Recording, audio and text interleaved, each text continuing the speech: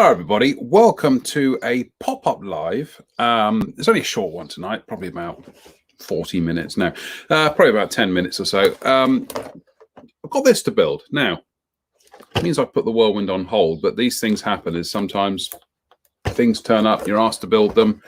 So, you know, I have no problem with that. In fact, most of the me projects tend to get pushed aside because I'm working on things for other people. Anyway, bit of a different brief with this one because it is molded in color. And despite the fact that I've got the paints for this, because this is going to be, the finished model is going to be used for a promo for a well-known toy and hobby chain. The request was, can you build it, but don't paint it? Just show how the model looks if it's put together without any paint. Interesting. I've only ever done that once, and that was with last year. That was with the Tamiya Roadster motorbike. So, against my better instincts, which is to always paint things, it's an interesting kind of interesting challenge, really. Because let's just flick the camera over here. So, you've got things like the interior here are molded in a grey, not unlike the interior of the vehicle. You've got the body shell is molded in blue. There are a few kind of swirls. You can see there's some swirls and a few blemishes, but nothing, I don't think, that will be, we can give this a polish with some Novus plastic polish. So be interesting to see what you can do with that. And then all the floor pan parts of the bike and the chassis are molded in black, which is handy. So again, you know, there won't be no painting involved with this. And then we come to the wheel trim, which is all chromed, and then black molded tires. So what you see, like I say, I'm very much somebody who prefers to paint things, but in this instance, I can see what the point is of the brief. So yeah, this will be constructed, it will be assembled, it will be deckled, and in fact you do get a rather nice decal sheet for various, oops, trying to get it up on the screen here, you do get a very nice decal sheet here for various nations, including Italy, Germany, Sweden, France, Norway, Denmark, Spain, and Finland. So yes, all good left-hand drive versions. So I'll choose one from this. It'll probably be Swedish, actually. But other than that, it is going to be building this without painting. So I thought we'd do a bit of construction tonight and have a chit chat whilst I'm doing this. So like I said, it's going to be short. It's only going to be about 10-15 minutes. So bear with me. Good evening, Ivan, and good evening, Tim. So yeah. Oh, I love these. My lovely, lovely Despy clippers, which are absolutely gorgeous. And they've probably lost their edge a little bit now. These have been in constant use now for over 2.5 years. They've become up to their 3rd birthday this November. Having said that, they still slice through plastic like bone, like bone through butter, as they say. Couple of seam marks, mold part lines here, which I'm just going to get rid of with these beautiful. I've got to name the company now. It's in there somewhere. Oh, let's find it. Infiny, that's it. Infiny. These are the 400 grit sanding sponges. I love these. In fact, I've just reminded myself I need to go onto the Premium Hobbies website later tonight and actually see if they've got any of the other ones back in. If not, I'll do an order of these separately. Well worth it. I mean, I'm finding these are just brilliant for doing big jobs like this, you know, getting rid of seam lines and mold part lines. I'm not going to go too mad because, as I say, this is not really kind of like supposed to be enthusiast level. You know, this is not aimed at the enthusiast, this finished model. This is aimed more at the general market. We do have some awkward little bits there to get rid of. So I'm just going to very carefully go in there with a curved blade, and that should do it. And then just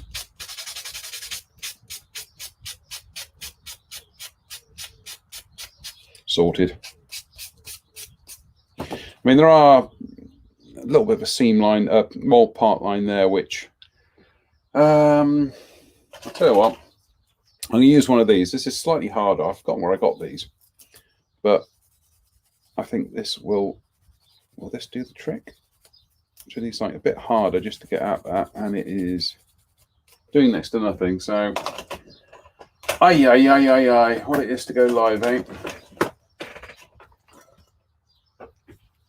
Phil Flory to the rescue. That does it.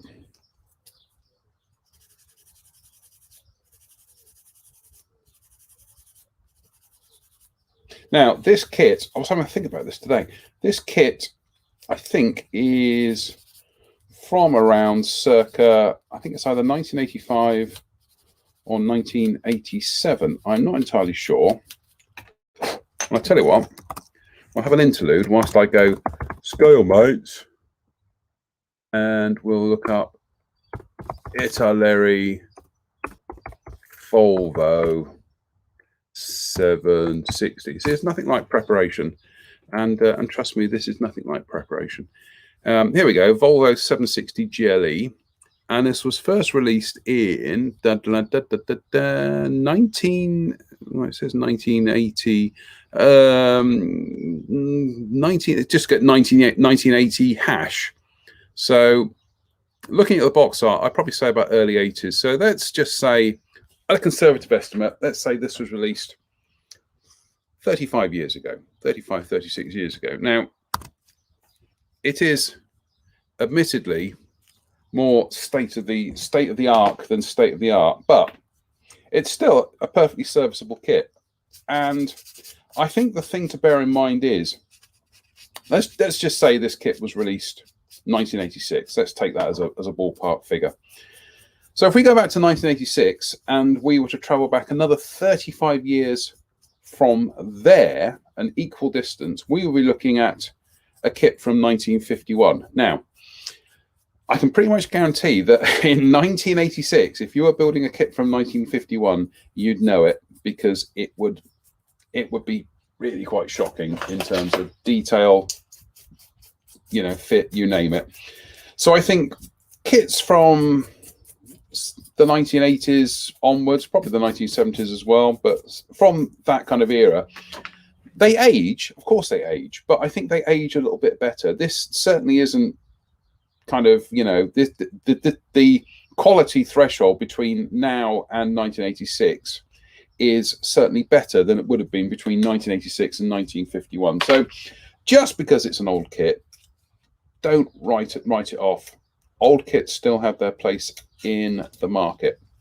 And we'll probably have a chat about this at some stage when we either have Spence or Drew on the show to talk about the fact that, you know, not every modeler out there wants to build, you know, an Eduard deluxe kit. And in fact, Drew and I did touch on this on one of the shows. I think it was the Sunday show when we were talking about 109s. And I think it's worth reiterating to some degree is that you've got this new Wingsy kit coming out, which in 1/48 of a 109E looks beautiful, looks absolutely stunning. But be in no mind, this is a kit really aimed at the top end. This is an enthusiast kit. It has quite a substantial amount of photo etch. The kit has been broken down to accommodate different versions. It also has details which have not been featured on some 109 kits before. You know, we're talking about degrees of detail, but these are, you know, tiny little details. So it is clearly a kit aimed at the enthusiast. So why would you need any other 109 kits out there on the market? Well, that's because not everybody out there on the market is going to be wanting to build, you know, that level of kit. Now, I've got the I've got the Hasegawa kit up in the attic somewhere. I got it when it first came out, and I think that was about 1988 or around that mark. Thing to remember in 1988 is the only other 48 scale 109E kit available would have been the old Monogram one. Can you imagine that? This is 1988, and your choice for 48 scale 109Es would have been the Monogram kit or nothing else. So the Hasegawa kit turns up, bingo. It's beautiful. Still a very good kit. And this goes back to that thing I was saying about how kits don't necessarily age as badly now as they would have done in the preceding decades. So the Hasegawa kit is still a beautiful kit. Accuracy wise, it's almost there. It's let's just say it's not as shockingly bad as the Monogram kit. It's lacking a little bit in detail in some places, but in terms of an easy to build kit, it's pretty good. It's pretty good. The only thing these days is, in terms of availability, certainly in the UK, you can't walk into general stores or even some model shops these days and find them. So it's serving its purpose. Then along comes the Tamiya kit. Now the Tamiya kit is widely available, relatively well priced, dead easy to build, perhaps not very accurate. It's got a few squibs on it which are a little bit annoying if you've got a bit of a 109i, but nevertheless it serves a portion of the market who just want a fussy, trouble-free 109 build. You also have the Hobbycraft kits that came out round about the early 1990s. I've got some of their other, I've got the B and some of the Hispano Bucons, but I haven't got one of the E's. But they are, by all accounts, okay. I think it's the best way of putting it. Then you got the Eduard kits that came out. Eduard, probably in terms of surface detail, better than anything that had gone on before. Then you've got the Airfix ones. The Airfix ones kind of sit mid-market, really. They are ridiculously well priced. Surface detail on them perhaps is a little bit heavy for some people, but what you do get in the kit is you get everything to build from an E1 through to an E4. You get pretty much all the options. And I'm going to be slightly biased here, but the Airfix 109s, you can build them in your sleep. They are ridiculously easy to build. Surpassed only, I think, by the 72nd scale one, which is one of my favorite kits because it is just, it builds itself. I'm not kidding. You go and make a cup of tea and you come back and it's actually spontaneously glued another couple of pieces of itself together. So, and now we've got the Wingsy kit turning up. So you've got different stratas of the market. You've got different price points. You've got different expectations. This is why we have all these kind of disparate kits out there. And I think it's a mistake that enthusiasts tend to make. And we're enthusiasts. What are we if we're not? There is a tendency that we paint the hobby in our own image. And we think that because we like things a certain way, that's how the entire market plays out, which, isn't necessarily true. So to go back to this kit, it's, okay, it's not going to compete with some of the relatively recent Tamiya kits, which are absolutely stunning. I mean, I've built the Ford GT, which, honestly,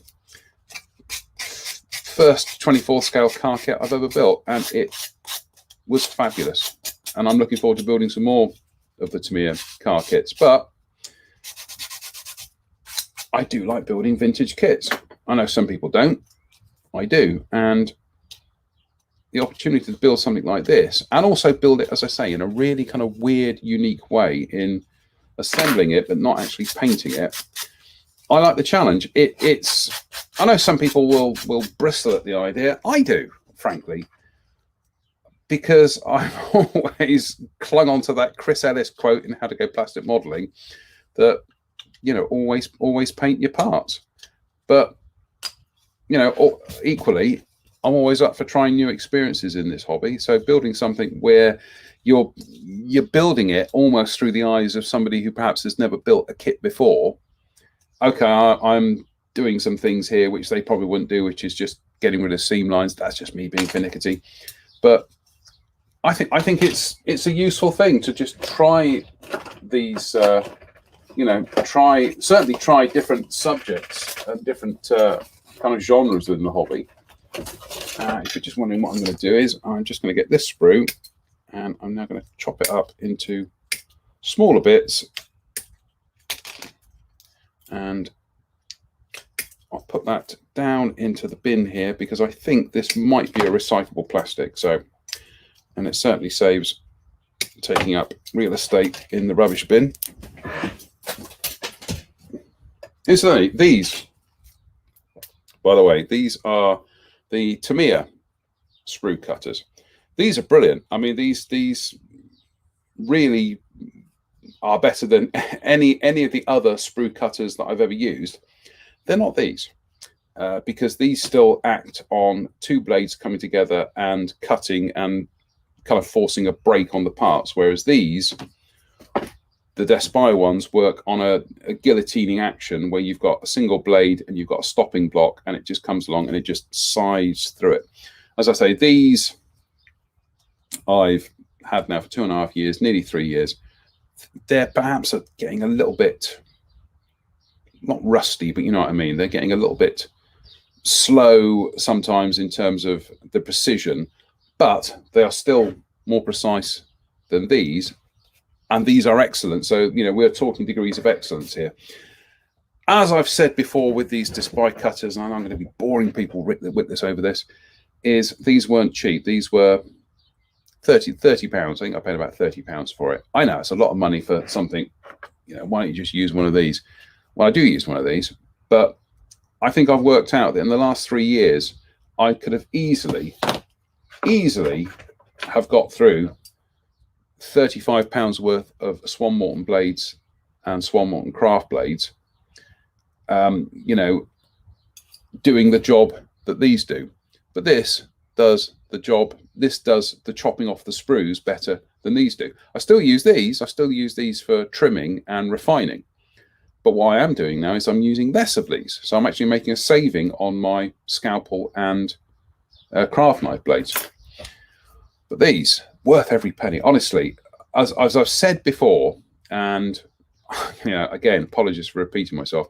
When I came back from that Telford in 2018 with these and my new light, which is just up here, and I set them up. I set them up on the workbench and started work. It felt like a brand new hobby again. It's really bizarre how a couple of simple tools can change your perspective. But I love these, absolutely love these, and fingers crossed, if we have a Telford this year, chances are I'll actually be buying a new pair and keep these for secondary duties. But as it is, these are still performing better than anything else I've got here, so we will continue using them. So we'll probably go on for about another 5 minutes, and then we'll call it a day and actually get on with some modelling rather than boring you. Just say hello to anybody. Mike says, hello, I missed the beginning. What are you building? Mike, I'm building the Italeri Volvo 760 GLE 24 scale. And the challenge is I've got to build this without painting it, because this is being used as a promo for a retail chain. So the idea is to demonstrate to the kind of the general modeler or newcomers or younger modelers that you can get this looking like a, you know, get a decent finish out of this without actually having to use any paint on it whatsoever. Not something we would do as enthusiasts, but as I say, this isn't being aimed at enthusiasts. So that's what I'm building. So it's a straightforward construction thing with no paint whatsoever, which is interesting, but it's a challenge that I'm ready to take on. So let's have a look. We've done that bit. So let's have a look. Let's get the engine block, shall we? Because at the moment, this is about the only sprue I've got left, or runner that I've got left to take parts off of. We've got some engine bits which are here, but as I am keeping the bonnet firmly closed, I'm not even going to bother with them because they're not going to be seen. So that's 1, 2, 3. That's about 4 or 5 parts we can dispense with. So let's have a look. Let's A10 and A11. Let's get them off the sprues. A10 and A11.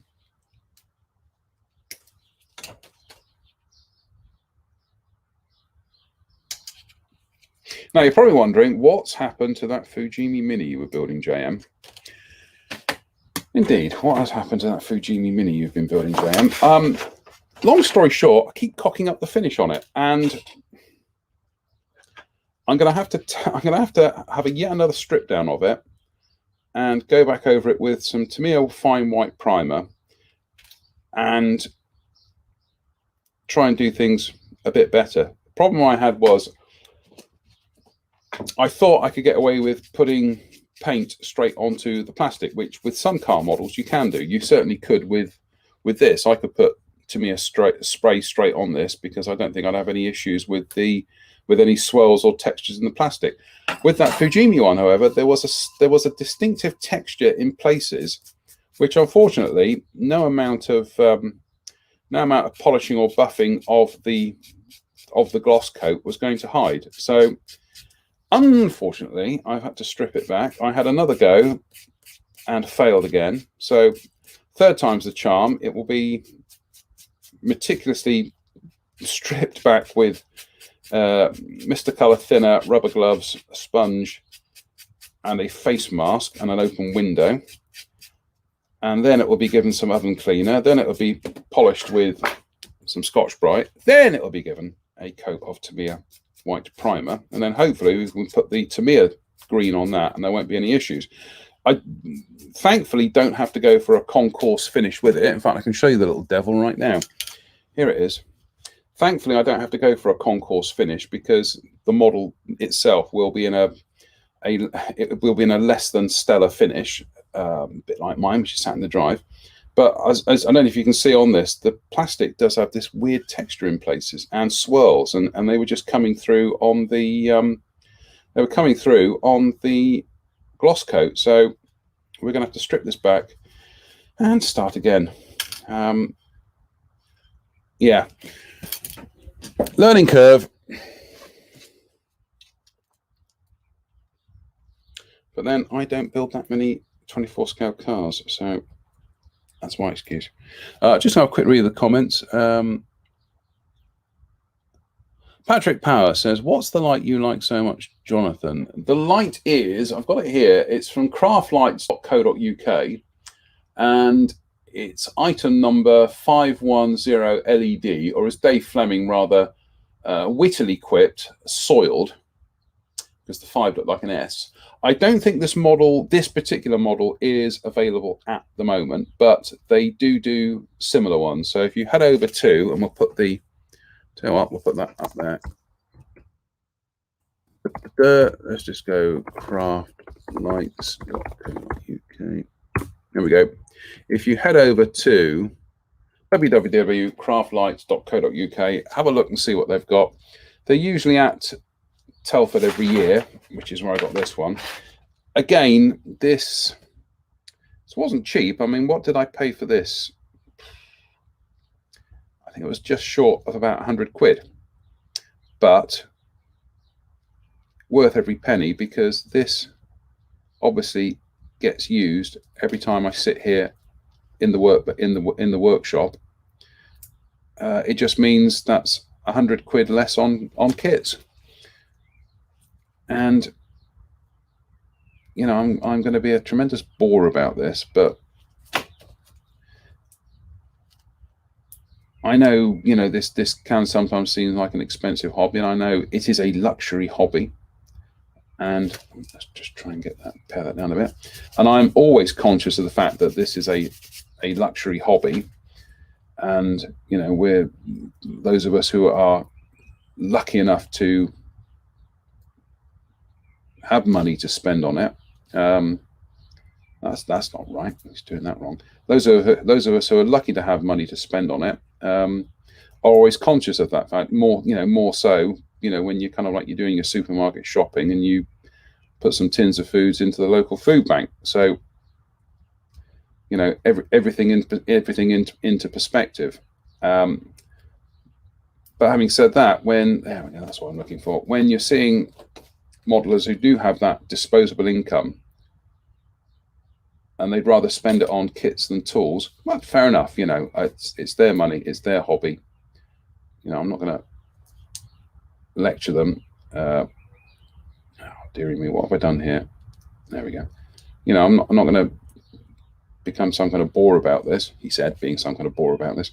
But you know, I think if you've got the money to do it, is belay buying some kits and actually invest in some, you know, gear for the workshop, because you can go out and buy kits, and unless you're building them straight away, all they're going to do is gather dust on a shelf. There we go, I've got it now. Whereas if you've spent that money in your workshop, oh, this is annoying. This doesn't seem to want to do what it wants to do. Whereas if you've spent that money in your workshop, every time you sit down at your workbench, that investment is going to be realized.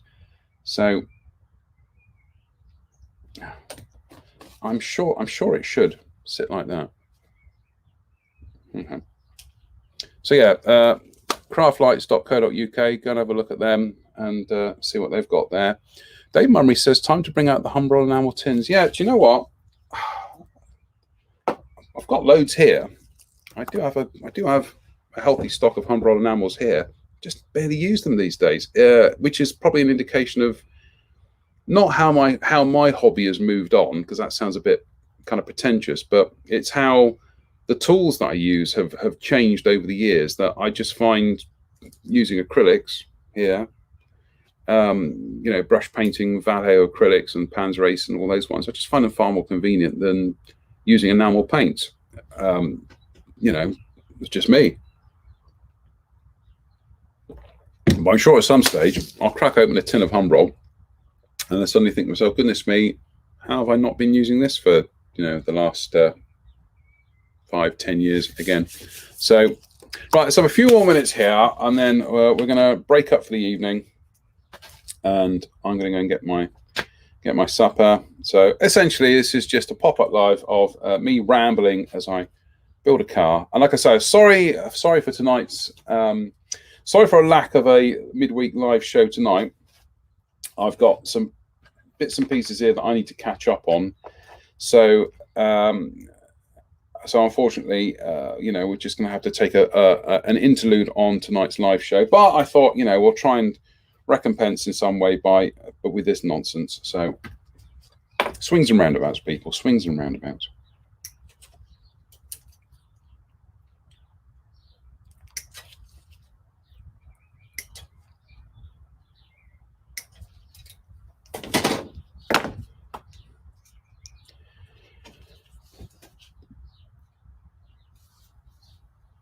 Now, what did I see? What did I see today that took me rather by surprise? We often say that kits get announced and released, and you just suddenly, I didn't know about that. I hadn't realised that. Oh, that was it. Bronco. I hadn't realised that Bronco had released. I hadn't realised Bronco had announced, but I hadn't realised Bronco had made a 48 scale P51 Mustang. Just came out of the blue. I just, really? So I went and had a look, and I think there was a review by Brett Green of it. It has its pluses and minuses, but you know, goodness me, it's years ago something like that would have stuck in the memory. But these days, there are so many kits coming out, it is impossible to keep up with them. It really is. And I do have a couple of, oops, Daisy, I do have a couple of upcoming projects as well. That's better. Which I was given a kind of heads up on about, or can you build X, Y, and Z? So I'm like, yes, please, yes, no problem. One of the ones that I'm going to have to be building in the next month or so is the Italeri reissue of the Eschi Churchill. We'll probably talk about the latest batch of Italeri releases on the Sunday show, but they've done a reissue of the 72nd scale Eschi Churchill tank. I built that 40 years ago, 41 years ago. Birthday present at the time came with the, I think it was the Eschi Tunisia diorama set. Now, I've not built that kit in over 40 years, so I'm really looking forward to reacquainting myself with it, because I remember from building it at the time, it was a darn sight easier to build than the old Airfix one, for the simple reason that Eschi molded all the wheels, all the bogies, pretty much in situ, whereas the Airfix kit had them all separate. Oh, what a nightmare. I've actually got an Eschi one up in the attic, but because it's a pristine Eschi boxing, I'm trying to keep it as is. And I think I built the Mine Roller version originally. I can't remember. I got memories of the Mine Roller for some reason, but I am really looking forward to revisiting that one and seeing how it holds up in terms of memory and an old kit in the 21st century. So, looks at instructions, which is always a good thing to do. Oops, Daisy. That goes. Let's have a look. Got some springs there. So that goes there, apparently. Yeah. It's kind of weird. That's all offset sideways for some reason. What have I done there? What have I done? I've done something wrong there.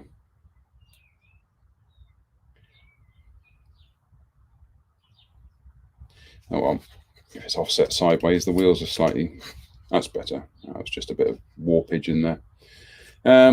So we've got an engine block we can put in there.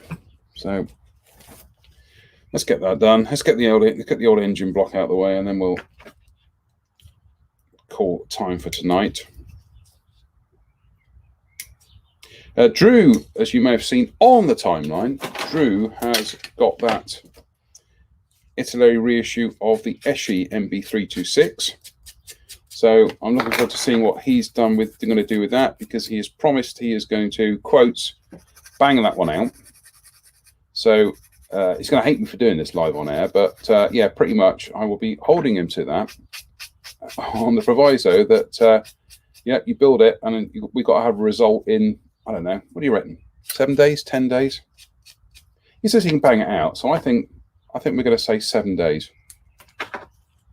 He said he needed a deadline. So, and it's not like I'm like a hard taskmaster. Brackets, I'm a hard taskmaster. So we'll see what we can do with that. But I have to say that was a beautiful looking kit for a vintage Eschi kit, and the decal sheet in that kit is absolutely splendid. But I'm trying to keep my powder dry for other projects, including, I remember what one of the projects is now. I'm very much hoping within the next 2 weeks or so to get my hands on the new Tamiya Kettenkrad, hurrah, which is a favourite vehicle of mine. I built the old Tamiya kit, probably about mid-1980s. And I've got the big Eschi one here, which I'm hoping one day somebody will say, it needs building, we need that for a display. In which case I will be in seventh heaven, because I always wanted to build one. But if I build it for myself, it'll never get finished. Whereas if I am working to a brief or a deadline, then it will. So it's a weird way of working, people, but unfortunately, that's what motivates me. So yeah, so the Tamiya Kettenkrad, and I think probably the Panzer 4G as well, which I've built the 4F recently.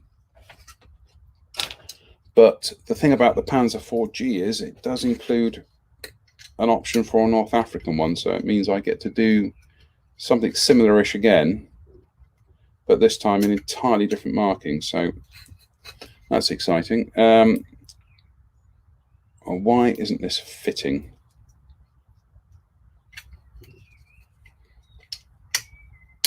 There we go. Is that good? That's good. That's more like it. This is why we do dry fitting. Yeah, that looks fine. Right, okay. What we'll do is we'll carry on doing this in my own amusement. But essentially that's it. For those of you who joined late, you're the lucky ones. This is the Italeri Volvo 760 GLE. And my brief is to build it straight out of the box, but not paint it. So I'm having to build this almost with the sensibilities and skills of somebody who perhaps hasn't built that many models. So interesting approach, but an enjoyable one nevertheless. Anyway, I think that's about it for tonight. I'm just reading some of the comments here. No, I think we're all covered, everybody. So on that note, we've got an angry face here. What's the angry? Who's angry out there? Stephen van der Meer. Stephen, you're upset about something, and I wish we knew why. Is it because I'm not painting the model?